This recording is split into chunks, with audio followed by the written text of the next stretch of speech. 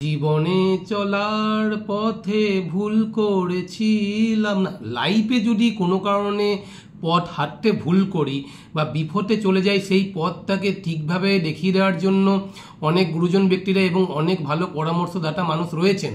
কিন্তু শরীরের কোনো অঙ্গ যদি ব্যর্থ হয় বা শরীরের কোনো অঙ্গ যদি ভুলভাবে কাজ করতে শুরু করে, তাহলে কিন্তু আমাদের জীবন সংকটাপন্ন হয়ে যায়।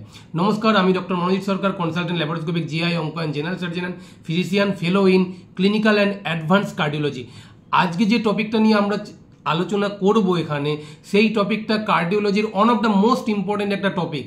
যাই হোক, টপিকটা হলো heart failure, better to say congestive cardiac failure. এখন হার্ট ফেলিওর বা কনজেস্টিভ হার্ট ফেলিওরে ঢোকার আগে আমাদের একটা জিনিস ক্লিয়ার করে নেওয়া প্রয়োজন। এই কনজেশন ব্যাপারটা কি? কনজেশন ব্যাপারের সাথে কিন্তু আমরা অনেকাংশেই পরিচিত। কনজেশন মানে হলো কোনো আবদ্ধকরণ জায়গা বা কোনো একটা বদ্ধ জায়গা বা কোনো কিছু জমে রয়েছে এরকম একটা জায়গা বা ভিড়ের ব্যাপার রয়েছে। তেমনি আমরা মেডিকেল সায়েন্সের ক্ষেত্রে এই কনজেশন টার্মটা তখনই ইউজ করে থাকি যখন কোনো জিনিস আমরা অ্যাবনর্মাল কিছু অ্যাকুমুলেশন বোঝাই। সেটা বডি ফ্লুইডস হতে পারে বা ব্লাড হতে পারে। সেক্ষেত্রে সেটা যদি অ্যাবনর্মাল অ্যাকুমুলেশন হয়ে থাকে তাহলে সেটাকে আমরা কনজেশন বলে থাকি।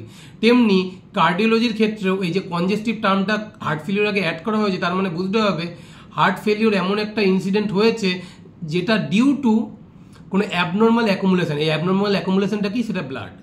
তার মানে এবারে আমরা দেখি যে হার্ট ফেলিওরের ডেফিনেশনটা কি, মানে হার্ট ফেলিওর অ্যাকচুয়ালি ব্যাপারটা কি। নামের মধ্যে ফেলিওর রয়েছে, তার মানে কি হার্টের ফেলিওর, মানে হার্ট কোনো কারণে ব্যর্থ। কিসে ব্যর্থ? আমাদের বডিতে প্রত্যেকটা অঙ্গে একটা নির্দিষ্ট অ্যামাউন্ট অফ ব্লাড দরকার, কারণ সেই ব্লাডের মাধ্যমে সেই অর্গানে অক্সিজেন যাবে। যদি হার্ট যদি কোনো কারণে ব্যর্থ হয় তাহলে ওই এডিকুয়েট অ্যামাউন্ট ব্লাড সেই অর্গানে পৌঁছচ্ছে না, এবং তখন সেই ইনসিডেন্টটাকে বোঝানোর জন্য আমরা বলি হার্ট ফেল টু পাম্প। তার মানে হার্ট কোনোভাবে ফেল করেছে সেই জিনিসটাকে এডিকুয়েট অক্সিজেন সাপ্লাই দেওয়ার জন্য, এবং এই গোটা ইনসিডেন্টটা একটা অ্যাবনর্মাল কন্ডিশন, এবং এটাকে আমরা মেডিকেল সায়েন্সের ভাষায় বলে থাকি হার্ট ফেলিওর। এবারে কনজেস্টিভ কার্ডিয়াক ফেলিওরের যদি কোনো পেশেন্ট আমাদের কাছে আসে তাহলে আমরা কি কি সিমটমস দেখতে পাবো। এটা বলে রাখা ভালো, কনজেস্টিভ কার্ডিয়াক ফেলিওরের সিমটমস কিন্তু অনেক সময় ইমার্জেন্সি হয়ে থাকে, তাহলে সেক্ষেত্রে পেশেন্টকে হসপিটালে নিয়ে যেতে হতে পারে। কিন্তু যদি কিছু কম্পারেটিভলি স্টেবল পেশেন্ট আমাদের কাছে আসে তাহলে কি কি সিমটমস নিয়ে কনজেস্টিভ কার্ডিয়াক ফেলিওরের পেশেন্ট আসে? ফার্স্টে হলো তারা এসে বলবে ডিজিনেস, মানে কীরকম ঝিমঝিম ভাব লাগছে। তারপরে ফ্যাটিক বা উইকনেস, এবং শর্টনেস অফ ব্রেথ হবে, মানে শ্বাসকষ্ট হবে, এবং তার সঙ্গে বুকে ব্যথা হতে থাকবে, এবং খিদে কমতে থাকবে, এবং তার সাথে দেখা যাবে পেশেন্টের কিন্তু পা ফুলে গেছে। এগুলো গেল সিমটম। এবারে সাইন্স কী কী থাকবে? যদিও এটা ডাক্তার দেখে আইডেন্টিফাই করার চেষ্টা করবে যে হার্ট ফেলিওরের কী কী সাইন্স রয়েছে, সিমটমসের জায়গায় জায়গায় কী কী সাইন্স রয়েছে। সেই সাইন্সের মধ্যে কি পেডাল ইডিমা, মানে পাটা যে ফুলে যাবে সেই পেডাল ইডিমা দেখতে পাবে। তাছাড়া কি দেখবে? পেটে জল জমতে পারে, অ্যাসাইটিস হতে পারে, বা অনেক সময় হেপাটোমেগালি পাওয়া যায়, সেটাও থাকতে পারে পেশেন্টের ক্ষেত্রে। কিংবা ধরুন যখন চেস্ট মানে অস্কালটেট করে, মানে চেস্ট যখন স্টেথো দিয়ে শুনবে তখন তার মধ্যে ক্রেপিটেশন, গুড়গুড় গুড়গুড় আওয়াজ, এগুলো পেতে পারে। তাছাড়া ট্যাকিকার্ডিয়া, থার্ড হার্ট সাউন্ড, কিংবা ডিসপ্লেসড অ্যাপেক্স বিট, মানে হার্টের যে অ্যাপেক্স থাকে সেই অ্যাপেক্সটা কোনো কারণে শিফট করে গেছে, এটা হতে পারে। আরেকটা যেটা জিনিস দেখা যেতে পারে সেটা হলো elevated jugular venous pressure. Now what are the risk factors for the development of the congestive cardiac failure? First one is obesity. Obesity কিন্তু একটা single most important factor for the development of the congestive cardiac failure. Second one is the sedentary life habit or inactivity. Third one is the smoking or chronic alcohol intake. Fourth one is genetic predisposition. তাছাড়া cardiac specific কিছু condition রয়েছে, তার মধ্যে hypertension একটা important cause for the development of the heart failure. Coronary artery disease একটা important factor, তার একটা risk factor আলাদা হলো, সেটা হলো অ্যাথেরোস্ক্লেরোসিস, যেটা কোলেস্ট্রল বা ডিসলিপিডিমিয়ার জন্য হতে পারে। তাছাড়া যেটা ইম্পর্টেন্ট মায়োকার্ডিয়াল ইনফাকশন বা হার্ট অ্যাটাকও কিন্তু একটা important risk factor for the development of the heart failure. এখন কনজেস্টিভ কার্ডিয়াক ফেলিওরের প্যাথোফিজিওলজিটা কি, মানে কোর প্যাথোলজি যেটার জন্য এই কনজেস্টিভ কার্ডিয়াক ফেলিওর হয়ে থাকে, সেটা হলো দুরকম টাইপের ডিসফাংশন হতে পারে। একটা হলো সিস্টোলিক ডিসফাংশন। সিস্টোল মানে কি হার্ট কন্ট্রাক্ট করছে, আর ডায়াস্টোল মানে কি হার্ট রিল্যাক্স করছে। সিস্টোলের টাইমে যে ব্লাডটা রয়েছে হার্টে সেই ব্লাডটা পাম্প আউট হবে, এবং ডায়াস্টোলের ক্ষেত্রে যে ব্লাডটা বডির পার্টে গেছে সেই ব্লাড মানে কি বলবো কার্বন ডাইঅক্সাইড যুক্ত ব্লাডটা আলটিমেটলি হার্টে এসে জমা হবে। এখন যদি সিস্টোলের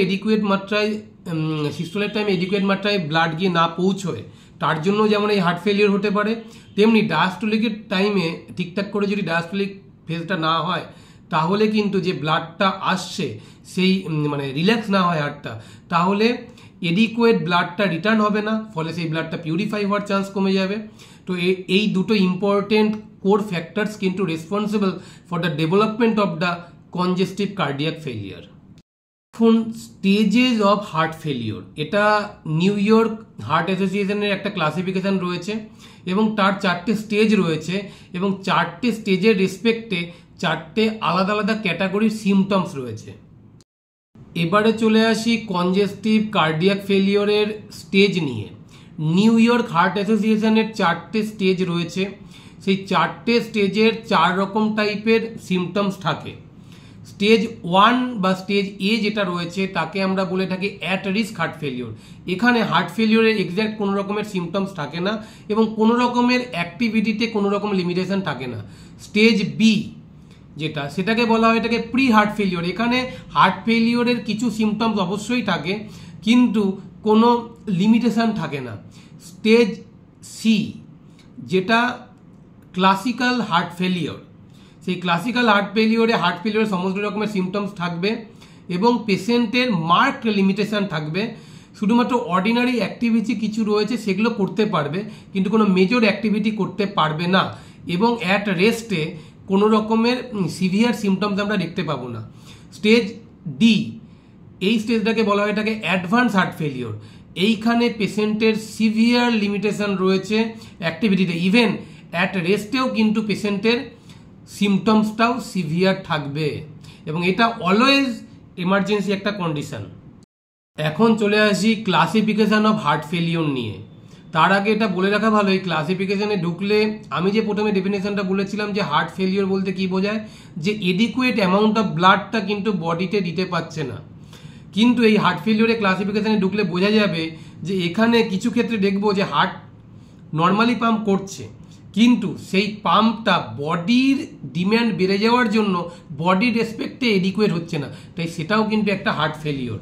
তাই গ্রসলি হার্ট ফেলিওরকে আমরা দুটো ভাগে ভাগ করব, একটা হলো low cardiac output heart failure, আরেকটা হলো high cardiac output heart failure.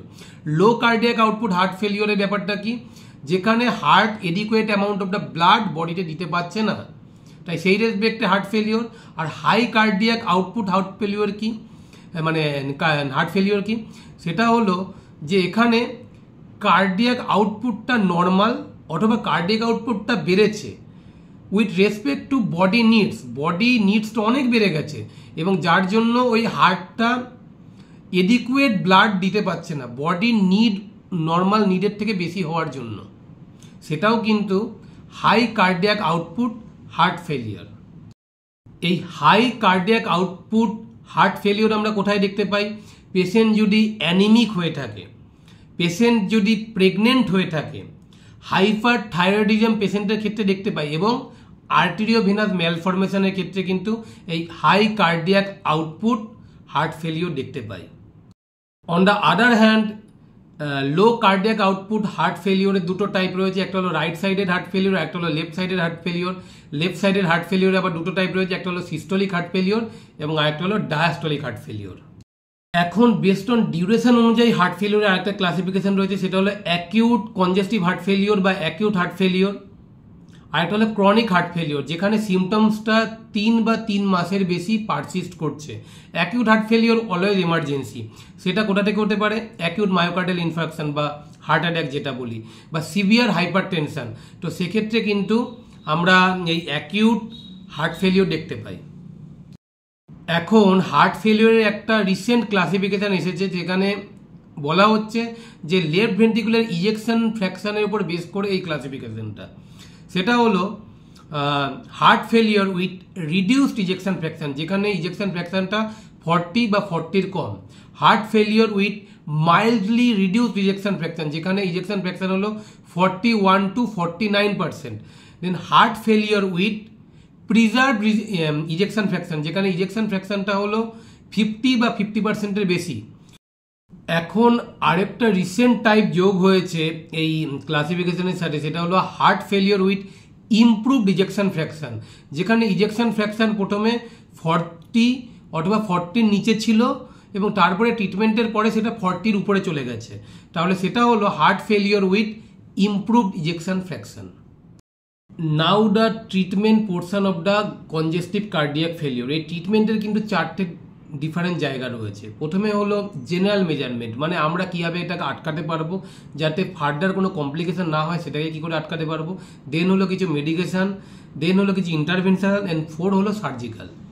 তো জেনারেল মেজার্সের মধ্যে কী আছে, আমরা যদি মোটা হই তাহলে আমাদেরকে ওবেসিটিটাকে কন্ট্রোল করবার জন্য যা যা রয়েছে সেগুলো আমাদেরকে চেষ্টা করতে হবে। এক্সারসাইজের মধ্যে থাকতে হবে, হেলদি ডায়েটের মধ্যে থাকতে হবে, যেটা ইম্পর্টেন্ট স্মোকিং এবং অ্যালকোহল টোটালি অ্যাভয়েড করতে হবে। এই 4 থেকে 5টা পয়েন্ট কিন্তু আমাদের মাথায় রাখতে হবে যাতে আমরা কোনো রকমের কার্ডিয়াক ডিজিজে আক্রান্ত না হয়ে পড়ি। এবারে চলে আসি কিছু মেডিকেশনে, যে মেডিকেশনগুলো আমরা ইউজুয়ালি হার্ট ফেলিওরকে ইউজ করে থাকি। তার মধ্যে হলো diuretics group of drug, AC inhibitor এবং এআরবি যেগুলো রয়েছে, এবং রিসেন্ট যে গ্রুপ অফ ড্রাগ এসেছে সেটা হলো ARNI angiotensin receptor blocker and neprilysin inhibitor, যার মধ্যে এখনও পর্যন্ত সবথেকে ইউজ ড্রাগ যেটা রয়েছে মার্কেটে সেটা হলো স্যাকুবিট্রিল ভালসারটান, এবং পরিচিত খুব কোম্পানি আমরা জানি সিডমুস নামে সম্ভবত পাওয়া যায়। যাই হোক, এখানে কোনো রকমের ব্র্যান্ড প্রমোশন হচ্ছে না, জাস্ট মোস্ট কমনলি যে ড্রাগটা ইউজুয়ালি আমরা হার্ট ফেলিওর ক্ষেত্রে এখন রিসেন্টলি ইউজ করে থাকি সেটা হলো স্যাকুবিট্রিল ভালসারটান। ইন্টারভেনশনাল বা ডিভাইসের মধ্যে কি কি রয়েছে, বাইভেন্ট্রিকুলার পেসিং রয়েছে, ডিফাইব্রিলেটর রয়েছে, ভেন্ট্রিকুলার অ্যাসিস্টেড ডিভাইস রয়েছে। এবারে চলে আসি সার্জিক্যাল পার্টের মধ্যে কি আছে। সার্জিক্যাল পার্টের মধ্যে মেনলি ওই coronary artery bypass grafting CABG রয়েছে, তাছাড়া অ্যাঞ্জিওপ্লাস্টি রয়েছে, কিংবা ভালভ রিপেয়ার বা ভালভ রিপ্লেসমেন্ট এগুলো রয়েছে।